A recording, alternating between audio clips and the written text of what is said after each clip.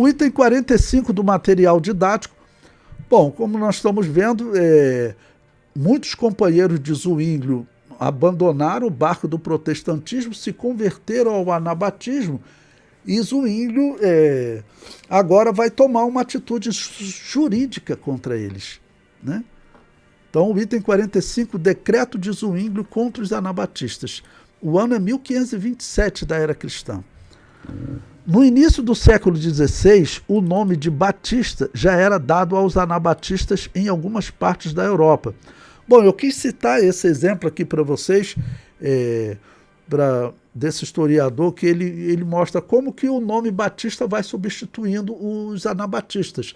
Eu vou continuar chamando de anabatistas, em muitos casos, para identificar que eles batizavam ou rebatizavam quando eles recebiam católico e protestante. Eu acho isso importante na história. Quando nós chegarmos na parte da Assembleia de Deus na Suécia, eu vou chamar as igrejas onde Gunnar Wingre lá começou a trabalhar como missionário, eram igrejas anabatistas, eu vou chamar de anabatistas.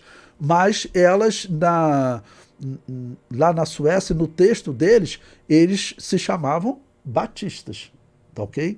Eles se chamavam batistas. O comentário prossegue. Bom, então, esse texto agora de Zwinglio vai ser um decreto exatamente contra esses anabatistas. Não? O texto prossegue. O reformador Zwinglio e outras testemunhas da época, como Henrik Bullinger, são bons exemplos disso. Na província protestante de Saint-Gall, que é Suíça, um daqueles estados, como eu falei para vocês, estado, né, como comparar Rio de Janeiro, Espírito Santo, né, a Suíça também, um dos estados suíços, um decreto datado de 9 de setembro de 1527, retirado da coletânea de manuscritos históricos de Johann Jacob Simmler, historiador alemão que era descendente de Josias Simmler, cantão de Zurique, na época de Zwinglio, afirma o seguinte. Então, está falando, isso é um documento histórico, tá bom? Que ele diz, qual era o decreto, né? Um texto dessa época dizendo, tem que matar esses anabatistas, ou seja, existiam em grande quantidade, tá bom? E estavam sendo perseguidos há séculos, essa é a verdade da história. Então o decreto diz, olha, para que a perigosa, perversa, sediosa e turbulenta seita dos batistas possa ser erradicada, nós decretamos. Se alguém for suspeito de rebatismo, tal deve ser avisado pelo magistrado a deixar o território sob pena de punição designada. Todas as pessoas são obrigadas a denunciar os que são favoráveis ao rebatismo. Quem não cumprir essa ordem é passível de punição de acordo com a sentença do magistrado.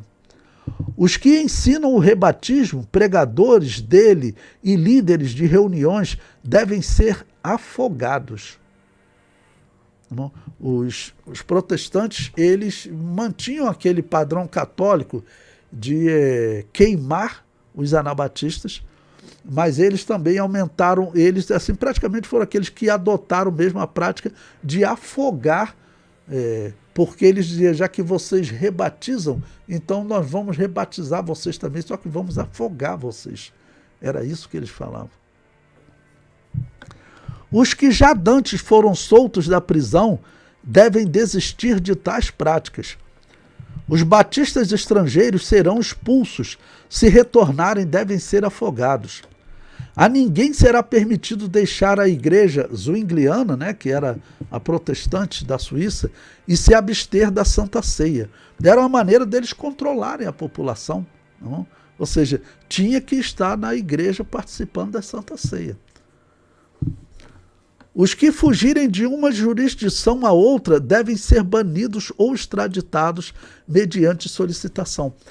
O que aconteceu, meus irmãos? Os anabatistas estavam vivendo na Suíça escondido há muito tempo.